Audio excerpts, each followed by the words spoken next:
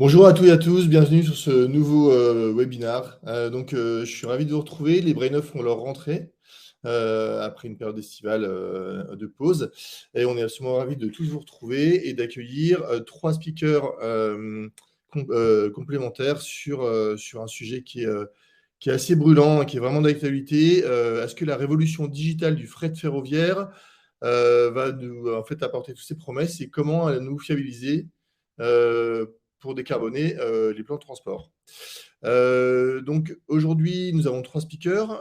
Nous avons Valérie Cornet. Bonjour Valérie, bienvenue sur ce Brain Up. Ah, Bonjour à j'arrive à tous. retrouver. Ah, bonjour Valérie. Bonjour Arnaud, bonjour à Comment est-ce tous. que ça va? Très bien, très bien, merci. Est-ce que vous pouvez vous présenter, s'il vous plaît?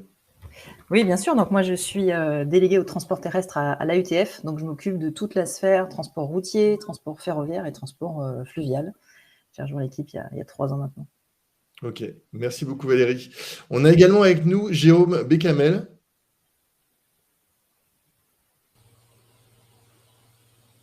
Bonjour Jérôme. Oui, bonjour Arnaud, bonjour à tous. Merci de m'avoir invité à ce Brain Up. Avec grand plaisir. Est-ce que vous pouvez vous présenter, nous dire à quoi correspond votre poste? Oui, donc je suis en charge des achats, logistiques et supply pour CRH sur le cluster Europe Ouest.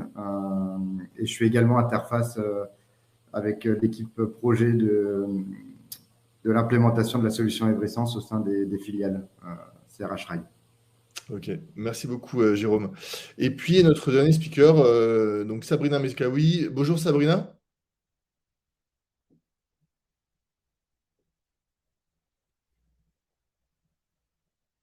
Vous me voyez? Ah, ça y est. Bonjour. Bonjour Sabrina. Bienvenue. Donc Jérôme parlait d'Evrysense. Je sais que vous allez en parler un peu plus loin, plus tard. Mais est-ce que vous pouvez vous présenter brièvement? Oui, bonjour. Donc, je m'appelle Sabrina. Je suis directrice commerciale d'Evrysense. Je travaille avec l'ensemble de nos clients chargeurs pour essayer de décarboner leur transport à travers le fret ferroviaire. Et on va en parler aujourd'hui.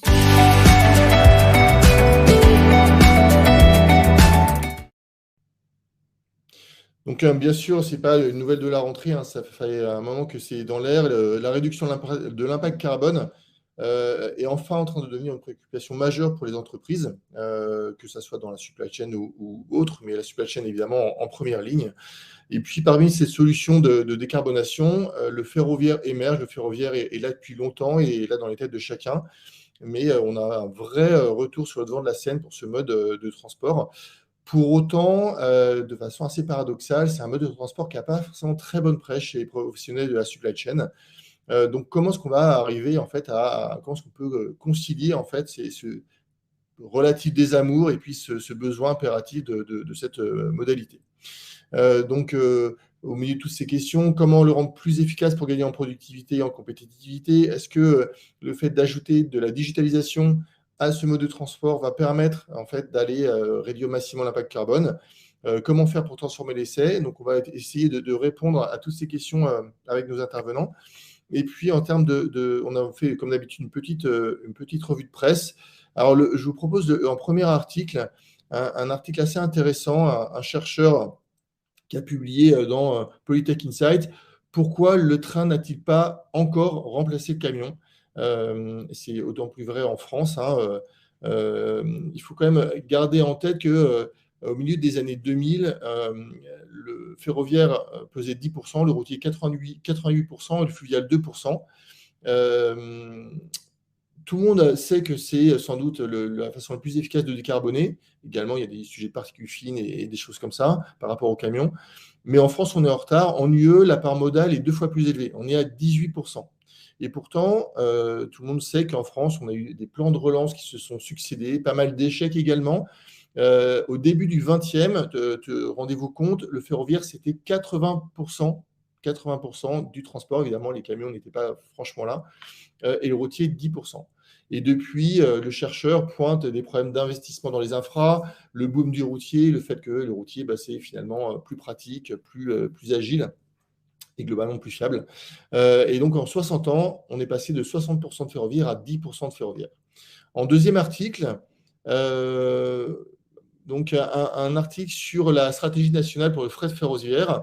Fin 2021, le gouvernement annonçait 73 mesures. Le but, c'était doubler la part modale du rail dans les transports de marchandises en France à horizon 2030. Donc, on dépassait de 9% à 18%.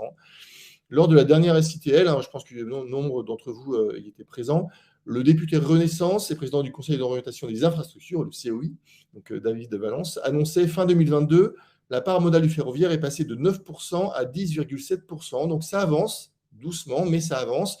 Notamment grâce ou sous l'impulsion de l'application de 44% de ces 73 mesures.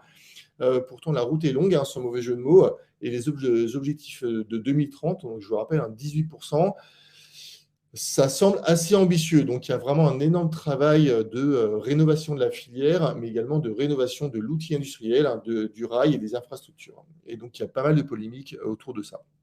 L'article 3, on reste dans l'impulsion législative et impulsion d'État, les députés au chevet du ferroviaire. Donc, il y a lundi dernier, le député du groupe Renaissance a débuté les travaux sur la libéralisation du fret ferroviaire et ses conséquences pour l'avenir. Donc, c'est un sujet qui inquiète tout le monde. Ce que rappelle en fait l'article, c'est que la Commission européenne a engagé une procédure formelle d'examen contre la France, donc c'est assez, c'est assez engagé quand même, portant sur les conditions de financement de l'activité de la filiale sur la période de 2007 à 2019, parmi lesquelles des avances de trésorerie et des injections de capital. Donc on voit que d'un côté, on dit qu'il faut rénover les infrastructures, d'un autre côté, c'est assez compliqué de les financer au niveau étatique.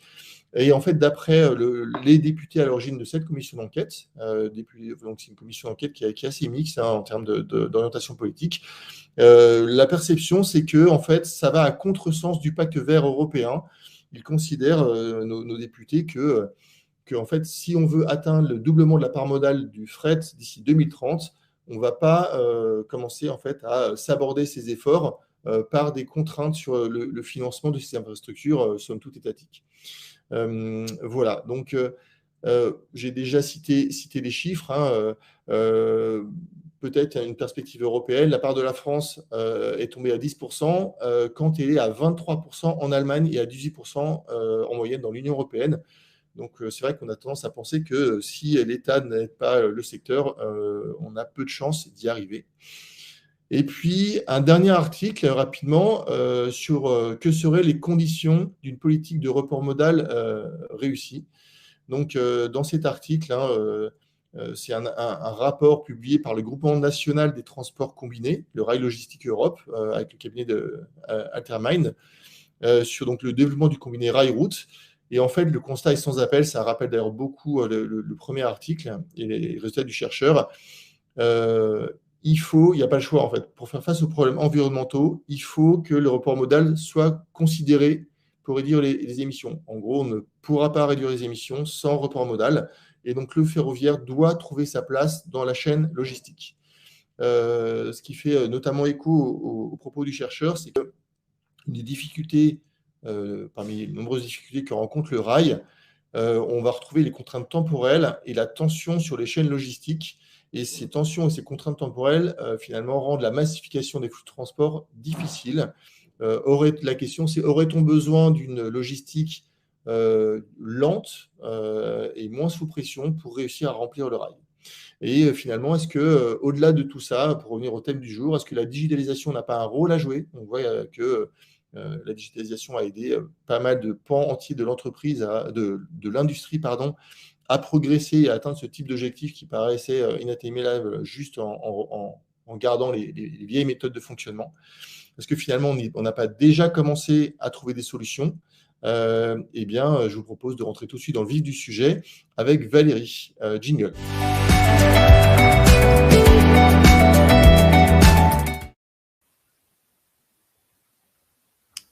Merci Arnaud, je pense que tout le monde m'entend. Merci pour cette introduction, avoir déjà brossé un tableau assez large du contexte. Je vais attendre de voir à l'écran la première slide pour vous dire très, très rapidement un petit peu qui est la UTF. L'AUTF, c'est l'association professionnelle des chargeurs, donc on regroupe à peu près 170 adhérents de tout secteur d'activité, la chimie, les produits de grande consommation, l'automobile, le secteur agricole, les matières de construction, enfin bon, j'en passe. C'est vraiment notre fil rouge, c'est le transport tout mode. Donc moi, je m'occupe des transports routiers, ferroviaires et fluviales, comme je l'ai mentionné tout à l'heure. Et donc notre rôle, c'est à la fois de représenter les intérêts des chargeurs vis-à-vis des pouvoirs publics, et puis d'animer toute cette communauté d'adhérents autour des enjeux du transport. La performance, le marché, l'innovation digitale, évidemment, et puis bien sûr tout ce qui est autour de la transition écologique. Dans nos travaux de la UTF, et puis aussi au travers de programmes C2E dans lesquels la UTF est porteur associé. C'est Fred 21 que vous devez connaître pour un certain nombre d'entre vous. Et puis le programme Remove pour report modal et verdissement, qui est un nouveau programme qui est en train de se lancer. On peut peut-être passer à la slide suivante, s'il vous plaît. Donc, le ferroviaire pour décarboner le fret, alors on en a parlé, effectivement, il y a un nouveau plan de relance encore du fret ferroviaire. Il y en a eu déjà nombreux dans le passé. Malgré tout, la part modale n'a fait que décroître, Arnaud l'a dit. Qu'est-ce qui est différent cette fois? En quoi le ferroviaire pourrait se relancer? Pourquoi ça peut aider à décarboner le fret? Pourquoi on ne peut pas simplement prendre des camions électriques au biocarburant, etc. Là est la question. Donc, le premier point, effectivement, on connaît tous l'urgence environnementale et climatique. Et le ferroviaire fait partie de la solution déjà parce qu'il est performant au plan environnemental. Je vais y revenir juste après. Ensuite, le contexte est différent puisque tous les modes de transport doivent relever un certain nombre de défis. Alors des défis techniques directement ou indirectement liés à la transition énergétique qui nécessitent beaucoup d'investissements. Des défis aussi de personnel et de ressources humaines. Hein. On a des sujets sur le vieillissement, souvent des personnes qui travaillent dans le transport, des questions d'attractivité du métier. Donc tout ça va faire évoluer. Le sens de l'histoire, c'est que les coûts de transport vont augmenter. Et la grande question, c'est comment les modes de transport vont arriver à répondre dans les délais à cette urgence climatique en se décarbonant. Donc les cartes sont un peu rebattues entre les modes de transport. Effectivement, on a toujours tendance à penser que le transport routier, c'est plus simple, mais ça le devient peut-être un petit peu moins, et ça va sans doute évoluer. Alors je vois dans le sondage qui s'affiche effectivement voir un petit peu, vous à votre niveau, quelle est la part modale du ferroviaire pour l'instant. Alors si on parle un peu de chiffres, mon écran est un petit peu flou, je ne sais pas si vous le voyez également. Donc le ferroviaire, c'est 3,5 fois moins de coûts externes, c'est 8 fois moins d'émissions de particules nocives, 9 fois moins d'émissions de CO2, et j'ai envie de dire surtout 6 fois moins d'énergie consommée que le transport routier. Donc ça, c'est très important puisque suite à la crise énergétique qu'on a connue l'année dernière, évidemment, on sait que la consommation d'énergie, c'est clé, et ça, quelle que soit l'énergie utilisée, c'est vraiment un élément favorable au ferroviaire qui en fait un mode performant. Il y a d'autres aspects. Le transport ferroviaire, c'est un mode massifié, qu'on parle de transport conventionnel en wagon, plutôt pour du vrac, ou en transport combiné en conteneur. Donc ça veut dire réduction de la congestion routière, amélioration des conditions de sécurité sur la route aussi, et puis la capacité sans doute à pallier certaines difficultés que peut connaître le transport routier de façon conjoncturelle ou durable. Alors néanmoins, c'est une partie de la solution, puisque évidemment, pour peut-être modérer les parts modales dans les différents pays et dans le temps qui ont été évoqués tout à l'heure, il faut avoir en tête aussi qu'en France, la désindustrialisation fait que cette part modale a aussi baissé. Dans les enjeux de la décarbonation, évidemment, on peut travailler sur le levier sobriété, c'est le premier à actionner sans doute, réduire le besoin de transport, relocaliser, mieux optimiser les transports pour consommer moins de capacité. Et puis, il y aura toujours une complémentarité des modes. Pourquoi le transport routier, le ferroviaire, n'a pas remplacé le rail? Parce que de toute façon, il y a tout un tas de livraisons ou de transports où le ferroviaire n'est pas adapté, parce qu'il faut une réactivité, parce qu'on est sur de la courte distance, parce que les volumes varient au quotidien. Donc l'idée, c'est vraiment de faire du report modal à chaque fois que c'est possible, mais aussi d'optimiser le transport routier quand c'est la seule solution.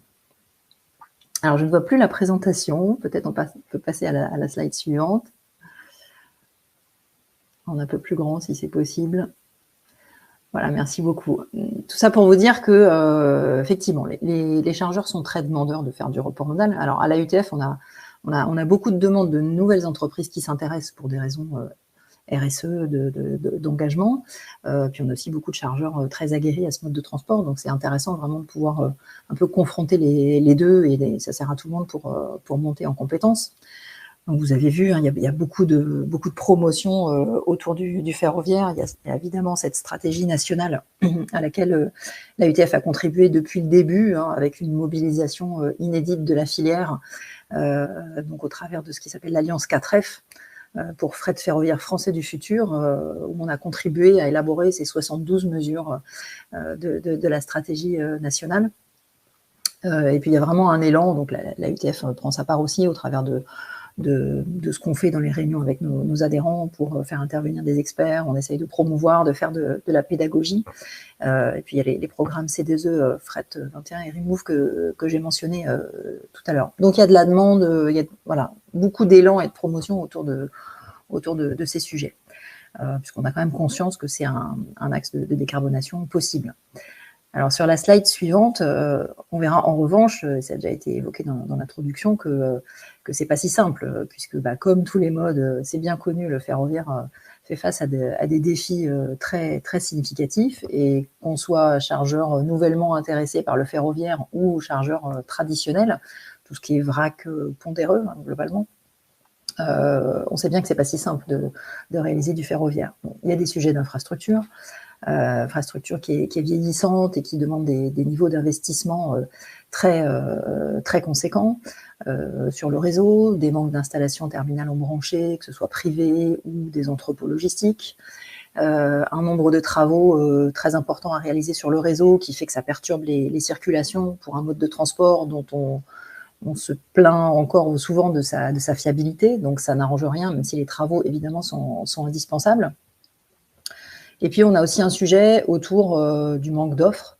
La filière doit vraiment se dynamiser, se prendre en main pour offrir des services qui correspondent aux besoins des chargeurs. C'est pas toujours si simple de trouver chaussure à son pied. Et ça peut s'expliquer notamment parce que c'est un modèle économique qui est quand même fragile, avec un ferroviaire qui a pris un peu de retard dans le temps sur la performance et la productivité, et le digital en fait partie. Alors, effectivement, tous ces changements pour un chargeur, ça demande énormément d'efforts, de transformation, d'arriver à faire rentrer les caractéristiques du ferroviaire dans sa supply chain, de faire un genre de report mental avant le report modal, d'anticiper plus, et donc c'est très engageant. Donc c'est vraiment important que l'État puisse donner une visibilité à long terme sur ce soutien apporté à la filière, pour que tous les acteurs, y compris les acteurs privés, puissent s'engager au moins sur les 10 ans qui viennent, puisque le ferroviaire, c'est très structurant pour une entreprise. Et alors, le digital, peut-être si on peut grossir un petit peu la slide, on l'a déjà évoqué, c'est une façon d'améliorer l'attractivité finalement du mode ferroviaire, en travaillant sur la productivité, hein, vraiment la production du ferroviaire, la maintenance prédictive pour éviter les aléas, le couplage automatique des trains pour améliorer la rapidité. Donc, qui dit performance en termes de productivité dit qu'on améliore le modèle économique, et donc c'est forcément mieux en termes de compétitivité comparé aux autres modes. Et puis il y a tout un tas de services évidemment qui manquent aux chargeurs encore parfois, en tout cas dans l'idée qu'ils s'en font sur le ferroviaire, c'est savoir quand le train va arriver, donc ces questions d'estimation d'heure d'arrivée des trains ou des wagons, la visibilité, le tracking, et puis tout un tas de services associés sur la gestion des données liées au flux de transport ferroviaire. Globalement, le digital, ça permet de sortir de cette image un peu vieillotte, justement, du ferroviaire. Arnaud le disait en introduction. C'est vrai que souvent, les chargeurs qui ont arrêté le ferroviaire depuis longtemps se souviennent qu'on perd les wagons, que le ferroviaire, c'est pas fiable, et c'est clairement des freins que le digital peut aider à relever, selon moi. Voilà, je ne sais pas si Arnaud, vous aviez des questions. C'est un petit peu ce que je voulais aborder dans un premier temps. Ouais, bah, merci beaucoup, c'était super clair. Alors, je regarde si on a des questions des participants. Ah oui, il y a des questions qui se cachent dans le chat. Quelle est votre définition des coûts externes? Alors, les coûts externes, c'est un petit peu ce que j'ai mentionné. Donc, on parle beaucoup de CO2, mais il faut prendre en compte aussi la congestion, l'accidentologie, en particulier. Voilà. Et puis, les particules nocives, bien sûr. Ok. Je ne sais pas si ça répond à la question de Tatiana. Moi, j'avais une question peut-être.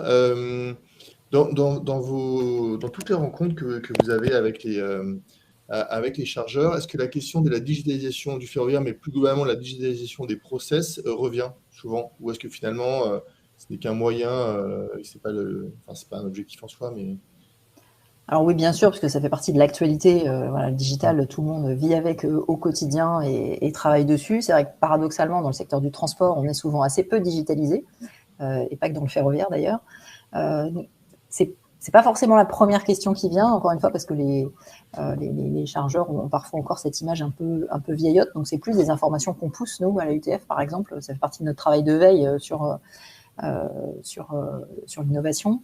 Clairement, ça dépend aussi du type de chargeur, hein. Des gens qui connaissent plus ou moins, qui sont déjà investis, qui savent ce qui se fait, ou des gens qui regardent plus nouvellement. Mais donc, pour moi, c'est très positif d'organiser aussi ce type de webinaire qui permet justement de montrer que le ferroviaire, c'est un monde qui bouge, un monde moderne, qui se digitalise, plutôt que de parler toujours des défaillances du ferroviaire, des besoins financiers, d'investissement, etc., etc. Comme on dit souvent, on ne parle que des trains qui arrivent en retard. Hein. Voilà, tout à fait. C'est l'occasion de ressortir le dicton. Ok, ça marche. On peut peut-être regarder les résultats du sondage. Donc, quelle est la part modale du ferroviaire dans vos flux de marchandises? Et donc, on a 0%, donc on a 20% des répondants qui disent qu'il n'y en a pas. On a 60% des répondants qui disent que c'est entre 0 et 10, 13% entre 10 et 20, et 7% de très bons élèves à plus de 20%. Donc, je ne sais pas si vous voulez commenter un peu ces résultats. Beaucoup d'utilisateurs du ferroviaire quand même déjà dans l'assemblée, avec des taux assez dans la moyenne, hein, 60% entre 0 et 10% finalement. La part modale étant de 10. Alors ça, c'était l'année dernière. Hein. On craint que sur 2023, ça baisse puisqu'il y a eu quelques petites embûches cette année entre les grèves et les coûts de l'énergie, et puis la conjoncture économique globalement. Mais oui, un public déjà bien connaisseur du ferroviaire. Ok. Et a priori représentatif, effectivement, comme vous le disiez, vu que ça matche pas mal avec les chiffres qu'on avait dans la revue de presse. Très bien. Ben, s'il n'y a pas d'autres questions, je vous propose de parler à de passer à notre prochain intervenant, Jérôme.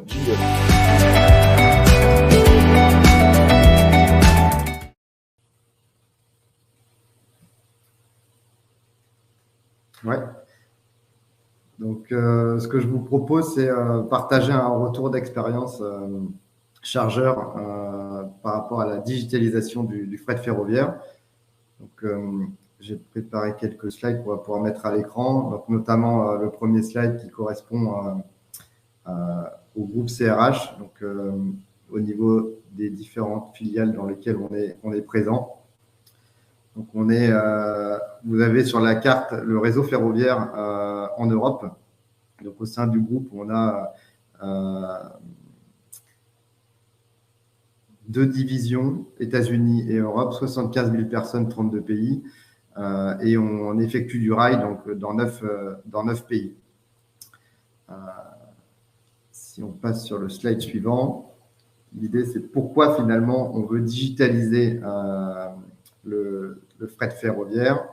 Pourquoi on souhaite mettre en place une solution? En fait, c'est pour répondre à des questions relativement simples par rapport à ce que disait Valérie tout à l'heure. Pourquoi, qui, quel wagon, quand à quelle heure mon train va arriver, combien, est-ce qu'il y a des formats de trains qui sont incomplets, quoi notamment, est-ce qu'il y a un aléa sur mes trains ou sur mes wagons et qui nécessite de remonter une information à certaines parties prenantes. Donc en fait, la solution du TVMS Evresence a permis par rapport aux filiales du groupe CRH de répondre à ces besoins par 3 composantes. La première, c'est de pouvoir piloter les transports avec une visibilité des opérations en temps réel, donc via une seule plateforme avec un accès collaboratif pour des acteurs internes et externes. Donc, on peut remettre en avant l'option Track and Trace pour la visibilité des wagons et des trains, la géolocalisation, avoir un historique des itinéraires utilisés, mesurer également rédiger les lettres de voiture dans l'outil. Donc, pour une entreprise ferroviaire, donc pour une multitude, ça standardise aussi le processus avec une connexion échange de données informatisées qui remonte directement vers l'opérateur. On peut suivre également les formats des trains par rapport au nombre de wagons qui sont présents, mesurer les écarts entre le TA, l'heure d'arrivée, et le TD, l'heure de départ en réel, et mettre en place des alertes automatiques, notamment si un train qu'on a mis en vigilance est retardé, on peut avoir des notifications qui permettent de pouvoir anticiper et prendre des décisions ou un plan d'action. Donc ça, c'est plutôt toute la vue, on va dire, opérationnelle. On peut également mettre une partie planification qui permet à la fois de préparer toutes les commandes des trains en avance, donc sur des périodes qui vont osciller à la semaine, au mois, trimestre ou année, et ça permet de faire une interface avec le budget et de pouvoir mesurer l'écart qu'on a pu avoir entre ce qui était planifié et ce qui a été réalisé, notamment par rapport à des annulations qui peuvent être cause du chargeur ou de l'opérateur ferroviaire ou des causes d'infrastructure ou d'aléas autres, et notamment également de suivre les stocks avec un système d'automatisation. Lorsqu'un wagon a été déchargé, on peut le cocher, le flaguer, et après, ça va mettre à jour le stock entre le site d'expédition et le site de réception. Troisième partie, l'analyse et la mesure. C'est pour pouvoir mesurer quelque part la performance vis-à-vis de différents KPI, donc l'écart entre ce qui a été prévu, ce qui a été réalisé, les taux de service, les taux de réalisation, exporter l'ensemble des données qui vont pouvoir permettre de pouvoir piloter des contrats ou pouvoir challenger avec les différentes parties prenantes par rapport à ce qui a été réalisé. On entend par là également, prochainement, il y aura la possibilité de mesurer les émissions de tonnes CO2 par rapport au nombre de trains réalisés pour pouvoir également inciter et sensibiliser les clients par rapport aux avantages du fret ferroviaire. On peut passer à la slide suivante, s'il vous plaît. Donc là, c'est un exemple, toujours en lien avec la digitalisation, pour essayer de supprimer certaines tâches qui étaient chronophages ou à faible valeur ajoutée, de mettre en place un QR code au niveau des wagons qui permet, au niveau du quai de chargement ou de déchargement, ils vont scanner avec leur smartphone ou la tablette ce QR code, et ils vont le faire donc, pour l'ensemble des wagons qui constituent le train, et qui va permettre du coup de faire, dès qu'on saisit le tonnage, la qualité du produit. On le fait pour l'ensemble des wagons, et ça permet de rédiger directement la lettre de voiture. Donc ça permet aussi un gain de productivité. Si on passe sur la slide suivante, s'il vous plaît. Donc, comme si on fait la transition, comme toute solution digitale implémentée, la question à la fin, c'est quel est le bénéfice, le retour sur investissement. Je pense qu'un point qui est à mettre en avant, c'est qu'il n'y a pas une seule solution. Il faut choisir la solution qu'on veut mettre en place pour la digitalisation. Et ensuite, il faut s'organiser pour que ça puisse fonctionner.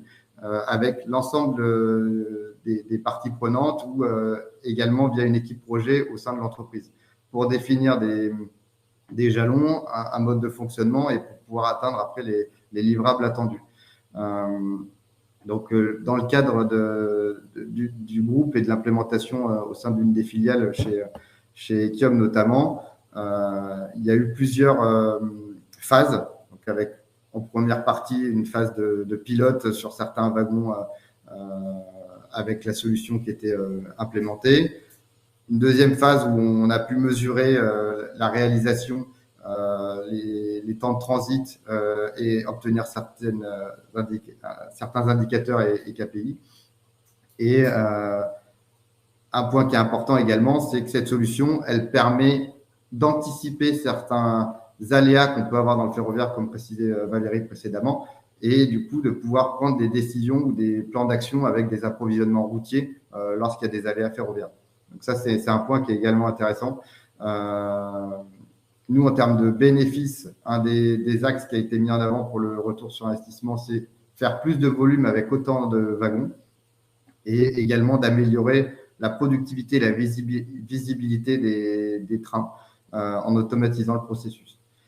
Là, j'ai remis juste les points clés sur le CO2 parce qu'il y a un enjeu qui est d'actualité par rapport aux émissions. Un train, c'est équivalent à 50 camions qui sont évités sur la route. Après, il faut identifier les zones sur lesquelles on peut potentiellement faire un mix de trains et de camions. Quels sont les avantages et les opportunités de pouvoir réaliser ce flux en complément en ferroviaire et pouvoir intégrer et remonter ces initiatives avec Fret 21, c'est encore mieux. Merci beaucoup, Jérôme. Alors, c'est toujours super intéressant d'avoir un témoignage de chargeurs qui nous montre comment, pour de vrai, ça peut être implémenté et à quoi ça sert réellement. Enfin, sur le terrain, je veux dire. Et puis en plus, on voit que ça va dans la même direction que ce que nous a dit Valérie et les revues de presse avant, donc on converge, ce qui n'est pas très étonnant. Donc merci, c'était super intéressant. On a eu une première question, mais Valérie, vous y avez répondu dans le chat. Peut-être qu'on peut la faire. Je vais lire la question. Je ne sais pas si tout le monde a vu la réponse dans le chat. Donc la question était: le ferroviaire intègre-t-il une démarche engageant les flux partiels et non pas en camion complet, cross-dock éventuellement. Donc, Valérie, vous avez déjà répondu. Donc, si vous pouvez juste redire de vive voix la réponse, et puis peut-être que Jérôme aura envie de compléter. Oui, bah oui, il y a des choses qui se font. C'est pas le plus gros du développement du transport ferroviaire, hein, qui est clairement plutôt sur des transports massifiés. C'est là où il sait être performant, ou en transport combiné, donc pour des marchandises qui sont conteneurisées. Néanmoins, c'est quand même des choses qui se développent, et j'évoquais dans le chat ce que fait Rail Logistique Europe avec le réseau Railroad Connect, où ils se sont organisés en fait avec des logisticiens, des transporteurs routiers, pour mutualiser des flux qui font pas forcément des lots complets. Et puis je disais, il y a aussi d'autres entreprises ferroviaires qui développent cet axe-là en étant propriétaires et en gérant des entrepôts embranchés. Donc ce que font pas forcément les logisticiens, même si il y a besoin de le développer. Mais donc les EF, je citais par exemple Eurorail, Régiorail qui fait ça. Alors il faut que les flux correspondent à l'implantation géographique de leurs activités, mais ça se fait un petit peu. Après, il ne faut pas se leurrer. Là où le ferroviaire est le plus efficace aujourd'hui, c'est quand même sur les grands axes quand il y a des volumes importants.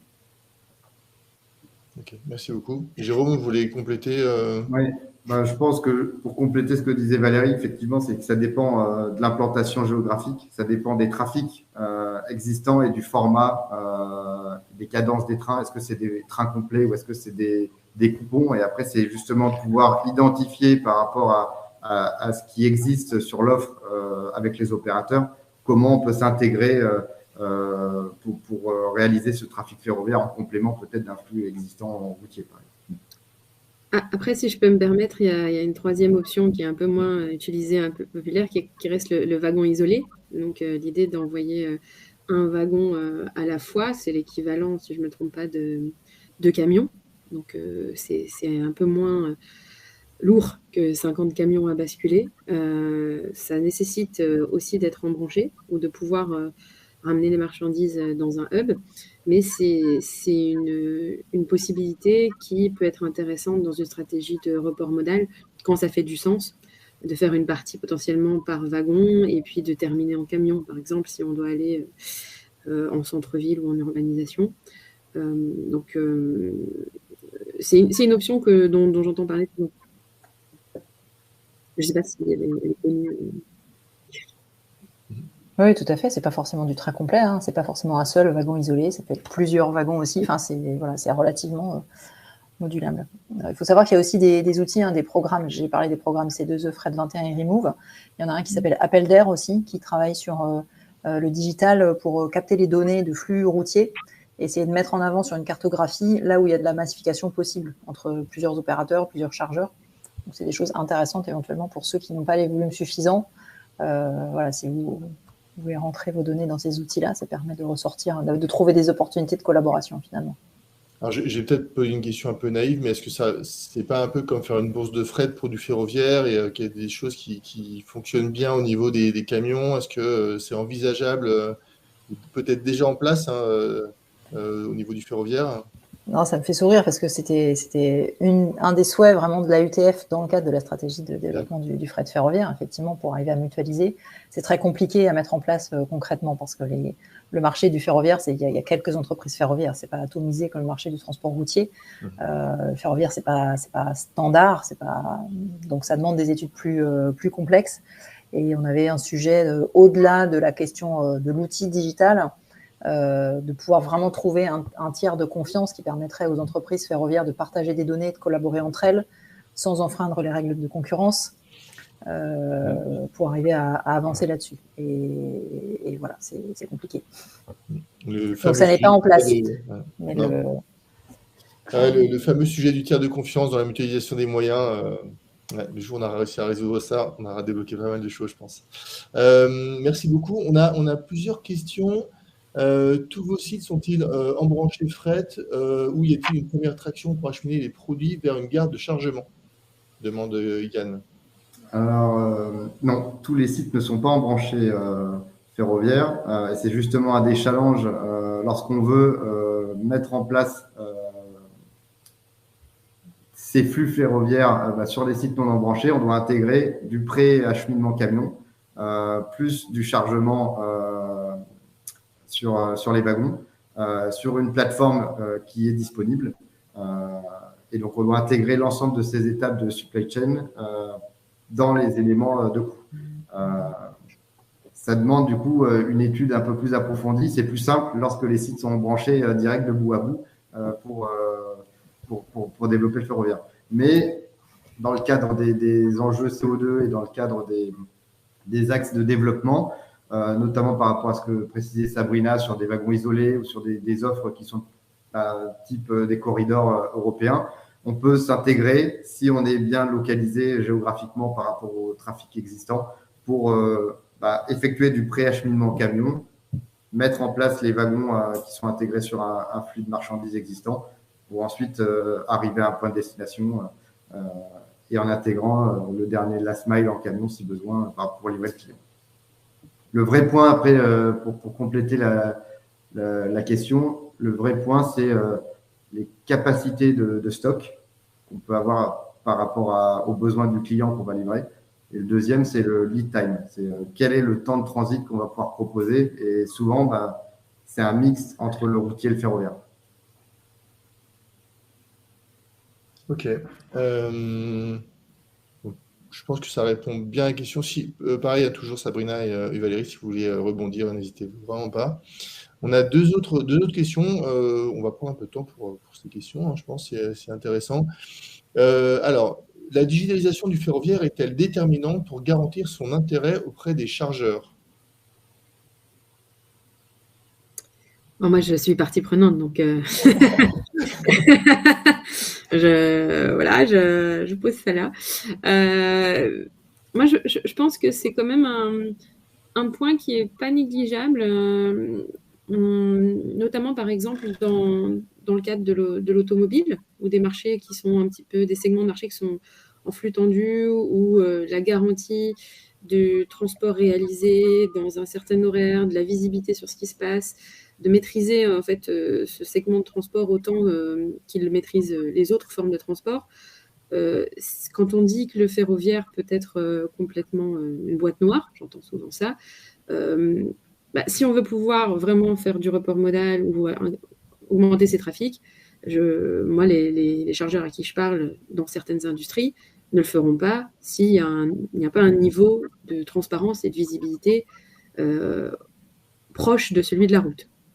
Donc, on sait que il y a bien sûr, il y a des infrastructures, il y a des éléments, il y a des travaux, mais déjà, quand mon transport fonctionne, je dois être capable de prévenir mon client final, je dois être capable d'organiser mes équipes, je dois être capable de maîtriser mes coûts. Donc, je dirais qu'elle est pas, c'est pas la première question qu'ils vont se poser pour pouvoir mettre en place. On va d'abord, comme l'a dit Valérie, est-ce que j'ai les bons flux, est-ce que j'ai l'infrastructure, est-ce que le coût est intéressant. Mais si j'ai des flux qui sont possibles à réaliser dans tout ça, si j'ai pas de moyens de maîtriser ça, est-ce que j'ai vraiment envie de le faire? Et donc ça, c'est des questions qu'on essaie de résoudre. Moi, je partage ce que dit Sabrina. Je pense que c'est vraiment de nature à rassurer les chargeurs, en fait. Quand on sait que la fiabilité n'est pas toujours au rendez-vous, le minimum, c'est de savoir où on en est, quand ça va arriver, pour pouvoir adapter tout ce qu'il y a autour de ce flux ferroviaire, en fait. Donc oui, moi, ça me paraît indispensable. Et puis, encore une fois, pour montrer une autre image du fret ferroviaire que celle très, très vieillissante. Si le transport ferroviaire, enfin, personne n'ira vers du ferroviaire si on pense que c'est quelque chose d'un autre temps. Moi, je donnerais juste en complément 2 mots pour synthétiser, mais le premier, c'est la visibilité et le deuxième, c'est la réactivité. Ça permet du coup de voir ce qui se passe et de pouvoir après interagir avec les parties prenantes, l'opérateur ou même les clients internes ou externes. Ok, merci pour cette réponse très complète à tous les trois. On a une dernière question. Quel est l'intérêt des transporteurs routiers de marchandises à développer des services ferroviaires? Moi, je pense que c'est comme vous l'avez dit dans toute cette présentation, c'est dans l'air du temps pour pouvoir, en tant que transporteur routier, être capable de proposer un bout intermodal, par exemple, à son client, pour pouvoir garder un transport qui reste potentiellement à grande majorité routier ou maritime, mais que sur le terrestre, un bout, une partie peut être optimisée en termes d'impact CO2 avec une autoroute ferroviaire. Et on voit qu'il y a beaucoup de transporteurs routiers qui s'équipent là-dessus. Il y a régulièrement des articles d'ouverture de lignes. Donc, je pense que ça traduit vraiment une demande de leurs clients finaux. Finalement, ce que vous dites, c'est que ça serait une manière finalement très efficace pour les transporteurs routiers de décarboner, en fait. Sachant que de la part des chargeurs, comme ils sont dans le scope 3 des chargeurs, ils ont de plus en plus de pression de la part des chargeurs là-dessus, avec les nouvelles directives de reporting CO2. Finalement, introduire du ferroviaire dans leur mix modal, ça pourrait permettre d'atteindre ça, quoi. C'est ça que vous dites. Oui, et puis le retour que j'ai, c'est qu'il y a aussi des chargeurs qui sont complètement outsourcés en termes de logistique, donc à leur 4PL ou à leur 3PL, et le fait que les transporteurs s'occupent de faire du ferroviaire et de gérer cette logistique pour eux, sans qu'ils aient à rien faire, c'est une manière de valoriser leur impact et une façon de commencer le ferroviaire qui soit un petit peu plus douce. Peut-être Valérie ou Jérôme, pour vous, ça a du sens d'imaginer que des transporteurs qui ont que des camions se mettent à faire du ferroviaire, ou Moi, je pense que ça dépend en fait finalement des zones et des intérêts des transporteurs, puisque soit ils développent un flux régulier qui permet d'élargir leur offre par rapport à leur zone d'implantation et pour pouvoir proposer à leur portefeuille de clients un type de solution qui peut être du modal shift ou du combiné ou du rail route, et ça leur permet justement de pouvoir faire l'offre complète de bout en bout. Ça, c'est le premier axe. L'autre option, c'est finalement en lien avec les chargeurs par rapport à des villes comme en France qui sont ZFE et sur lesquelles il y a une certaine certains risques d'accidentologie pour les chargeurs et côté encombrement pour des serveurs comme Paris, par exemple, il peut y avoir un intérêt de venir sur des lignes pour ramener les marchandises sur un hub. Ok. En massifiant, quoi, quelque part. Pour compléter, il y a aussi la question du conducteur. Vous savez qu'il y a une pénurie de conducteurs, alors qu'elle est un petit peu moins aiguë en ce moment, parce que la conjoncture est plutôt à la baisse, les demandes de transport. Donc ça se ressent un petit peu moins en ce moment, mais c'est quand même une forte tendance de fond, les conducteurs routiers, je parle. Donc un transporteur routier qui va travailler sur le transport combiné, parce que c'est quand même plutôt ça, il y a les autoroutes ferroviaires aussi, mais, et donc dont les conducteurs ne vont avoir à faire que les pré- et post-acheminement de la partie rail, en déposant les conteneurs sur les terminaux de combinés ou sur des sites à développer. Ça permet que les conducteurs travaillent en local, donc éventuellement ne découchent pas, passent moins de temps à effectuer les transports, et donc ça réduit le besoin de conducteurs. Donc ça, c'est un intérêt direct aussi, au-delà de la façon de répondre à la demande, effectivement, des chargeurs et de la société dans son ensemble. Et juste un dernier mot, c'est pour apporter un complément d'information, mais les transporteurs routiers, s'ils se développent dans le ferroviaire, ça permet de proposer cette offre complète, notamment pour les sites où on n'est pas embranché directement. Et ça permet justement pour un chargeur de pouvoir faire de bout en bout et d'avoir une visibilité aussi sur ses coûts et pour faire le basculement du routier vers le ferroviaire. Un autre point qu'on n'a pas évoqué, je crois aussi, c'est les transporteurs qui sont engagés vers le verdissement de leur flotte de camions. Ils sont confrontés à des problèmes d'autonomie des véhicules et de temps de recharge. Donc réduire les distances routières en se limitant au pré- et post-acheminement et en optimisant vraiment cette partie-là, c'est aussi intéressant puisqu'on n'a pas un problème d'autonomie d'un hypothétique camion électrique à 44 tonnes qui roulerait demain sur des centaines de kilomètres. Ouais, effectivement, c'est un très bon point. C'est un sujet qu'on connaît bien chez DC Brain, ça. Les problèmes de transit et d'enchaînement de multimodal. Ok, on a d'autres questions plus sur le digital qu'on va garder pour les questions après l'intervention de Sabrina. Peut-être, on a une dernière question qu'on pourrait mettre dans cette partie, qui n'est pas forcément technique et que je vais peut-être modérer un tout petit peu par rapport notamment à la revue de presse. Donc, bonjour, on voit partout en ce moment que la liquidation du fret SNCF va avoir un impact énorme sur le futur du fret ferroviaire. Alors, je mettrai juste un petit bémol, une petite pondération sur la liquidation. Voilà, après, on pense qu'on veut du sujet, mais en tout cas, il y a un vrai sujet sur on l'a vu avec l'initiative de la Commission européenne sur le monopole du fret SNCF. Donc, ça risque d'avoir un impact énorme sur le futur du fret ferroviaire, comme le dit d'ailleurs la commission d'enquête de l'Assemblée. Est-ce que quelqu'un a un avis là-dessus ? C'est un facteur de déstabilisation du marché. Aujourd'hui, Fret SNCF, qui est l'opérateur historique, reste celui qui est quand même prépondérant sur le marché, qui est très présent sur tout ce qui est wagons isolés. Donc, parmi les questions, il y a, dans la mesure où Fret SNCF qui va effectivement disparaître pour renaître sous une autre forme, puisqu'il doit y avoir discontinuité, c'est quelle sera la rentabilité de la nouvelle entité qui aura cédé des flux rentables pour elle et comment va réagir le marché. Après, c'est aussi des opportunités pour les autres entreprises ferroviaires de prendre des places aussi et voilà, peut-être rebattre un peu les cartes. Mais c'est sûr que ça déstabilise l'ensemble du marché qu'on n'a pas forcément besoin. Il y a déjà beaucoup d'embûches et de défis à relever. Et en effet, c'est pas forcément cohérent par rapport au Green Deal, etc. Ok, et alors, j'ai moi peut-être une dernière question, puis après on va passer à Sabrina sur lors de la SITL, il y a une intervention qui m'avait un peu marqué. Donc il y a le président de l'Union TLF, hein, Éric Aymar, qui avait dit c'est bien beau de vouloir massifier le fret ferroviaire, mais tant qu'on ne sera pas capable de massifier l'implémentation des industries, on ne sera pas capable de massifier le fret ferroviaire. Donc il y a un sujet par rapport à la zéro artificialisation nette, avec le fait de créer des grands pôles industriels, donc de bétonner des grands bouts de territoire. Est-ce que selon vous, l'augmentation de la part du fret ferroviaire va, comme le dit Éric Aymar, avec un regroupement finalement des pôles d'émission ou de réception de marchandises pour permettre de faire des lignes de fret efficaces entre ces pôles? Il avait l'air très sûr de lui quand même, oui, quand il parlait très sûr de lui. La massification, c'est un vrai sujet. Hein. Il y a beaucoup de... Aujourd'hui, on va dire que le fret ferroviaire, il est principalement utilisé par les chargeurs qui en ont nativement besoin, pour lesquels ça fait sens. C'est souvent les industries lourdes.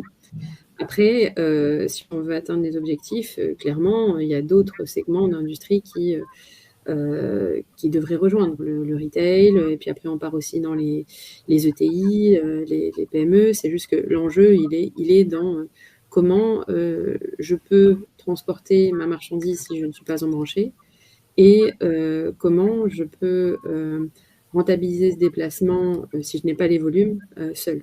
Et donc, il y a des solutions digitales, je pense, qui émergeront, peut-être également de notre côté. On verra. Mais en tout cas, c'est un vrai challenge pour pouvoir avoir un volume beaucoup plus important que celui qui est aujourd'hui présent. Ok, donc on n'est pas obligé de quand même massifier, on le voyait avec les principes un peu de collecte et de distribution multimodale vers les points d'entrée sur le ferroviaire. Hein. On n'est pas forcément obligé. C'est une approche, je dis pas qu'on n'est pas obligé. Je pense que c'est pas une mauvaise idée. Mais on peut peut-être faire des choses plus souples, et peut-être que le digital va nous aider à le faire. Alors, je vais juste lire le sondage qui sera une très bonne introduction à notre dernière partie. Pourquoi souhaitez-vous digitaliser vos opérations en priorité? Donc, 33% pour piloter et améliorer la visibilité de vos opérations. La moitié, donc 50%, pour simplifier la planification des opérations. Et puis 17% pour analyser et mesurer la performance. Et donc, je propose de passer sur notre dernière partie avec Sabrina. Jingle.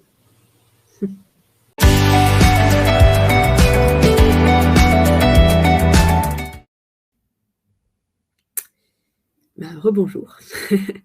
Je vais vous parler un petit peu de ce qu'on peut faire en termes de digitalisation aujourd'hui et qu'est-ce qu'un acteur comme Everysense peut vous apporter. La question principale que j'ai au quotidien, c'est comment je peux faire mieux avec moins ou avec autant, et comment je peux essayer de mieux dormir parfois la nuit aussi par rapport à mes activités ferroviaires pour m'assurer que tout se passe bien. Donc, si on passe à la prochaine slide, je vous présente Jean-Michel. On a pris l'exemple de Jean-Michel, qui est un utilisateur type chez Everysense. Et Jean-Michel, il a pas mal de responsabilités parce que il fait partie de l'équipe soit à l'usine, soit en centrale, qui est en charge de faire en sorte de faire du ferroviaire. Aujourd'hui, il a différentes missions. On l'a dit, là, 50% des personnes ici doivent planifier les opérations, doivent pouvoir réaliser de voitures et doivent pouvoir organiser le transport. Donc, ça fait partie des tâches de Jean-Michel. Il doit regarder quand le train va charger, décharger, pour ne pas rater le sillon, et assurer qu'il y a toujours un certain nombre de wagons disponibles par type, par marchandise. Il a aussi la charge, potentiellement, Jean-Michel, d'optimiser les coûts, donc de pouvoir faire en sorte qu'il a le bon nombre de wagons. Donc, c'est pas évident dans le fret ferroviaire. C'est une activité où, quand on décide d'y aller franchement, de faire du train complet ou du wagon isolé, et qu'on loue soi-même ces wagons, on a aussi le matériel, contrairement à dans la route où c'est le transporteur routier qui va fournir la remorque et le camion. Ici, en tant que chargeur, on doit gérer cette flotte de wagons, et donc on doit bien la dimensionner. On doit pouvoir maîtriser ses coûts. Donc, aujourd'hui, Jean-Michel, dans cet exemple que je vous montre, il est en haut d'un silo. Et donc, il doit faire tout ça. Alors, pourquoi est-ce qu'il doit en plus monter en haut d'un silo? Donc, je vous propose de répondre à cette question dans la slide suivante, avec un sondage. Donc, à votre avis, pourquoi est-ce qu'il grimpe? Est-ce que c'est pour mieux profiter du lever du soleil? Jean-Michel est quelqu'un du matin. Parce que son activité physique est absolument nécessaire pour alimenter l'électricité de l'usine. Ou est-ce qu'il fait ça pour guetter l'arrivée de ses wagons? On va laisser 1 minute, 10 secondes de suspense là-dessus. Concrètement, je pense que vous l'avez deviné, c'est vraiment la dernière réponse. Et ça, c'est un cas réel que j'ai eu parmi mes utilisateurs, où aujourd'hui, le seul moyen, en tout cas, avant de travailler ensemble, le seul moyen de savoir si les wagons ou le train allait arriver, c'était de monter en haut de l'usine et de regarder au loin pour savoir s'il devait préparer ses équipes. Donc ça montre aussi l'enjeu de digitalisation dans ce mode de transport pour pouvoir faciliter le quotidien des équipes, mais aussi augmenter la réactivité, comme disait Jérôme. Si on passe à la slide suivante, après cette petite anecdote. Donc, Everysense, on est un éditeur de logiciels. On est présent en Europe. On est français, mais on a une activité européenne et notamment allemande, mais un petit peu partout. On a été créé en 2015 et notre ambition, c'est de décarboner le transport et d'offrir de la digitalisation, de la transparence, en particulier sur les modes de transport les plus décarbonés. Donc, on fait le chemin un petit peu inverse de la plupart des éditeurs de logiciels. Et notre choix s'est porté sur le fret ferroviaire en priorité, parce qu'on a vu qu'il y avait une opportunité absolument énorme de pouvoir avoir un impact. Donc, on est aujourd'hui une 50aine de personnes et on travaille avec des chargeurs de toute industrie confondue. Donc, automobile, chimie, sidérurgie, céréales, vraiment toutes les industries qui font aujourd'hui du rail ou qui souhaiteraient en faire. Concrètement, qu'est-ce que c'est ? C'est un logiciel, donc accessible n'importe où en ligne, qu'on appelle TVMS, donc un TMS, un logiciel de gestion de transport, planifier le transport, mais qui a nativement dans l'outil les notions de visibilité temps réel. Et donc, l'objectif de l'outil, c'est de faire matcher le planning avec la réalité. Ce qui se passe sur le terrain a un impact sur le planning et ce qui aussi s'est passé sur le terrain a un impact sur le planning. Et comment est-ce qu'on peut réconcilier tout ça ? Aujourd'hui, l'approche qu'on a, si on va à la prochaine slide, c'est de prendre en compte l'écosystème dans le fret ferroviaire. On ne peut pas envoyer un train sans ses partenaires. Est-ce qu'on peut aller à la prochaine slide, s'il vous plaît ? Ou alors c'est moi qui ne la vois pas. Merci. Ça suppose, pour pouvoir bien travailler, donc pour envoyer un train, il faut des wagons, il faut un loueur de wagons qui va vous le proposer, il faut des tractionnaires, donc des entreprises ferroviaires, il faut des personnes qui vont charger, décharger quand vous ne faites pas vous-même, donc il y a tout un écosystème. Il faut également pouvoir travailler avec tout ça. Donc nous, aujourd'hui, on est connectés avec un certain nombre d'entreprises du fret ferroviaire, et notamment avec la location de wagons, avec les GPS, des loueurs de wagons qui aujourd'hui ont digitalisé la plupart de leur flotte wagons en Europe. Mais on sait aussi que c'est important de pouvoir exploiter la donnée, parce que le rail, c'est souvent un petit bout de vos opérations, en étant connecté avec des plateformes de visibilité qui aujourd'hui font peut-être chez vous la route ou le maritime, et de pouvoir exploiter ces informations dans votre ERP, donc SAP par exemple, pour d'autres usages. Donc Jérôme en parlait tout à l'heure, pour du contrôle de gestion, pour de la maîtrise des coûts, pour des stocks. Donc c'est vraiment l'idée d'être intégré dans votre écosystème. Si j'avance concrètement, quand on veut faire de la digitalisation, les clients aujourd'hui ont 3 types de ROI principaux. Prochaine slide, s'il vous plaît. On en décompte 3. Donc à droite, si je reprends Jean-Michel, c'est l'optimisation du temps des opérationnels. Aujourd'hui, la productivité est importante dans une industrie où souvent il y a encore du fax, du papier, je vais aller compter manuellement un certain nombre de choses. Donc, comment je peux faire gagner du temps à Jean-Michel, à ses équipes et à ses partenaires en digitalisant et en simplifiant les process. En général, il y a 30 à 40% de temps gagné. Le deuxième point, c'est, si je vais au milieu, le budget de la flotte. Donc, j'en ai parlé, je dois investir le plus souvent dans un parc de wagons. Je vais avoir une réserve de sécurité parce que si je n'ai pas de wagon, je ne peux pas envoyer de marchandises. Donc, combien de wagons exactement je dois avoir ? Souvent, j'en ai trop. Donc, est-ce que je peux réduire ma taille de flotte ? Et en moyenne, les objectifs qu'on ressent, c'est au moins une réduction de 10%, qui est non négligeable d'un point de vue économique. Et enfin, la réduction des budgets de transport. Donc, comment est-ce que je peux avoir, peut-être, je ne vais pas réussir à tout réduire, mais est-ce qu'avec le même nombre de wagons, je peux augmenter mes rotations et les rendre plus performants? Est-ce que je peux fiabiliser mon plan de transport et donc optimiser mes coûts? Et ça, on voit ça à hauteur de 3% du budget de transport. Donc, si je vais un peu plus dans le détail sur 2 points de la solution qui peuvent vous intéresser dans la prochaine slide, enfin dans les 2 prochaines slides. Si on peut passer, s'il vous plaît. La première chose, c'est comment est-ce que je vais pouvoir du coup planifier et simplifier mes opérations. Donc aujourd'hui, notre outil, c'est pas uniquement du track and trace, c'est vraiment de l'optimisation de votre planning.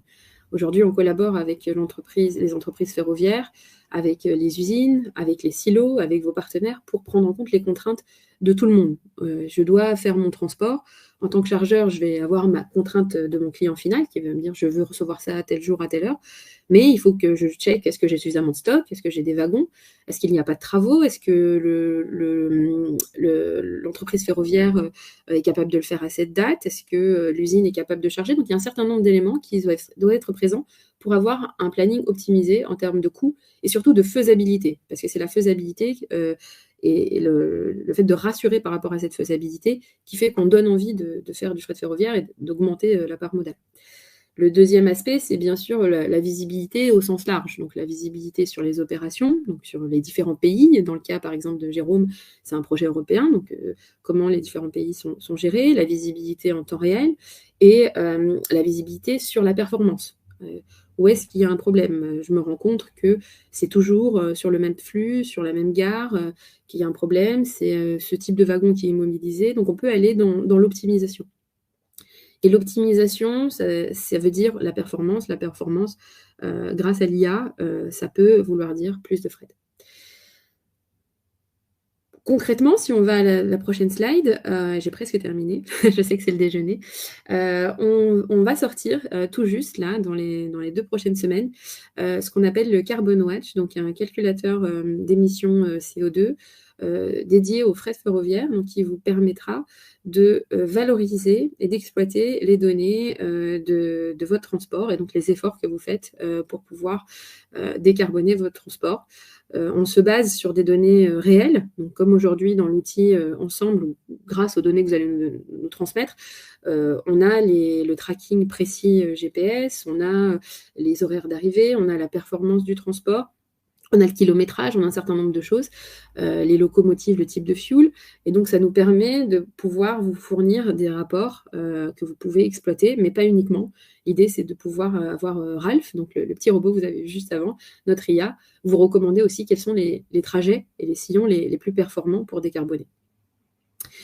Donc voilà, si c'est un sujet qui vous intéresse, le Carbon Watch, si on va à la prochaine slide, on vous partagera la présentation, mais on a une étude qui vous permet de vous positionner, de voir si vous voulez être un bêta-testeur et de voir si ça fait du sens pour vous. Donc il y aura ce lien dans lequel répondre et puis peut-être essayer d'en discuter un petit peu plus en détail sur votre projet particulier.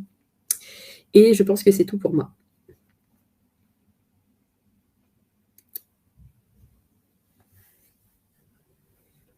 Merci beaucoup Sabrina, c'était très très clair. Du coup, on a déjà des questions, puis on prendra ceux des anciennes après. Question de Yvan, qui supporte les coûts de la digitalisation? Sont-ils reportés au moins partiellement sur les chargeurs? Ou est-ce que c'est peut-être les chargeurs d'ailleurs qui sont... C'est les chargeurs aujourd'hui qui investissent dans la digitalisation.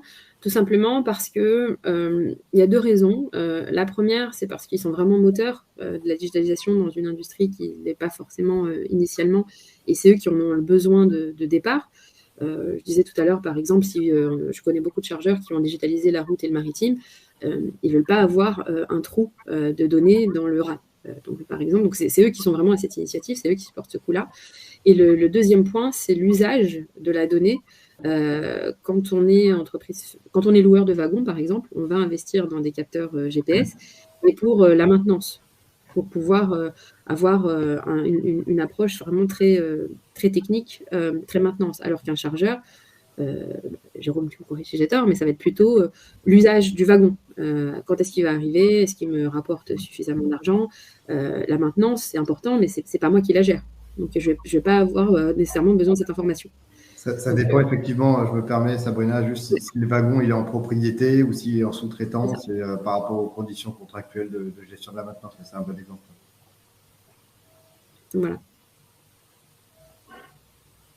Ok.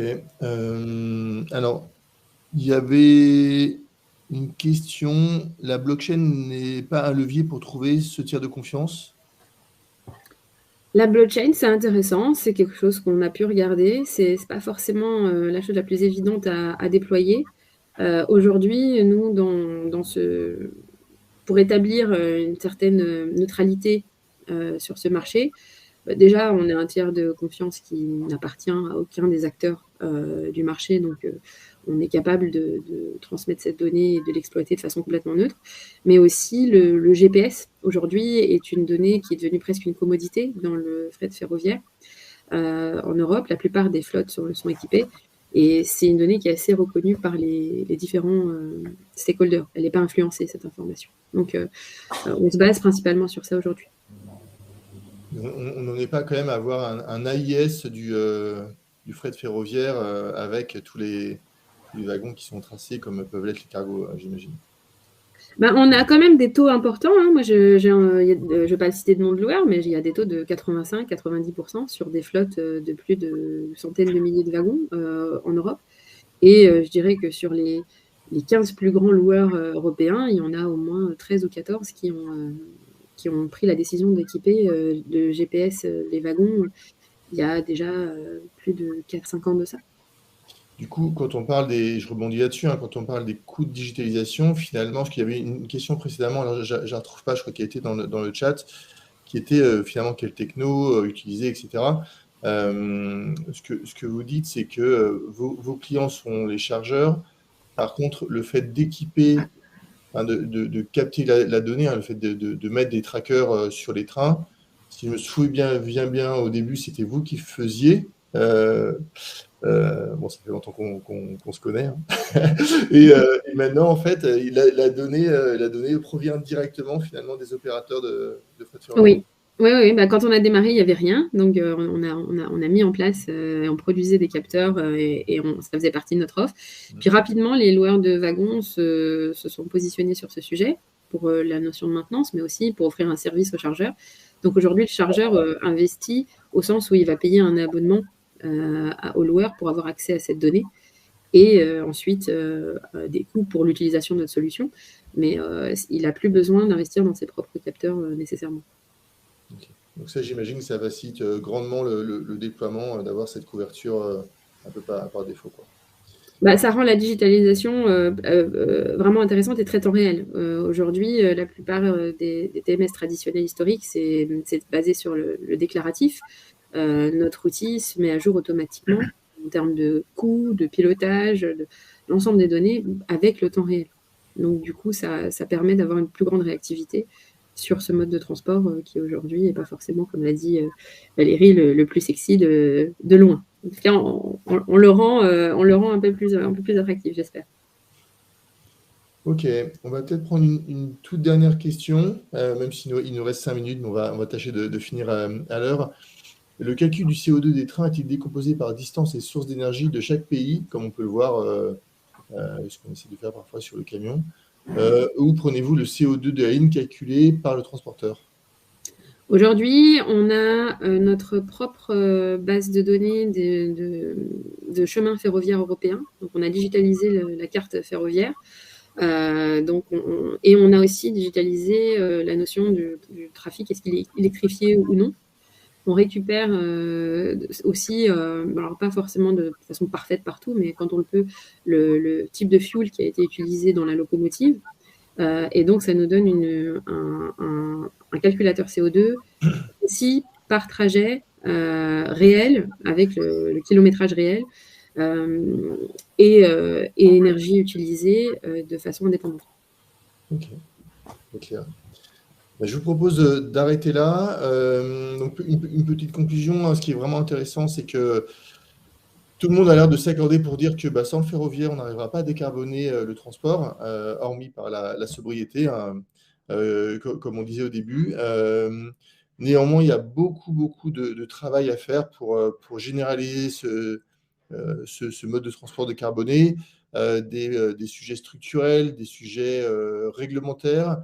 Mais on voit qu'au milieu de tout ça, finalement, c'est l'usage qui, avant tout, poussera les choses dans le bon sens. Et on a pu voir, je pense, pendant cette heure et demie, que le fait de digitaliser, finalement, le ferroviaire et les usages liés au ferroviaire vont permettre, en fait, un meilleur échange entre les besoins des chargeurs, les offres des transporteurs, le suivi de tout ça et l'anticipation. Et je pense que c'est ça qui est peut-être le plus porteur d'espoir, c'est que c'est généralement l'usage qui va tirer tout ça et avec un besoin tel que le CO2, il ne peut que augmenter. Je vous encourage tous à répondre à l'enquête de satisfaction qui a dû s'afficher sur le côté de votre écran. Je voulais une nouvelle fois remercier nos 3 intervenants, c'était vraiment passionnant sur ce sujet complexe finalement et parfois un peu polémique. Hein, donc moi j'ai vraiment appris énormément de choses, j'ai beaucoup aimé. Merci à tous les 3 et puis je vous dis tous à très bientôt. Merci à tous. Merci, à bientôt. Bon appétit.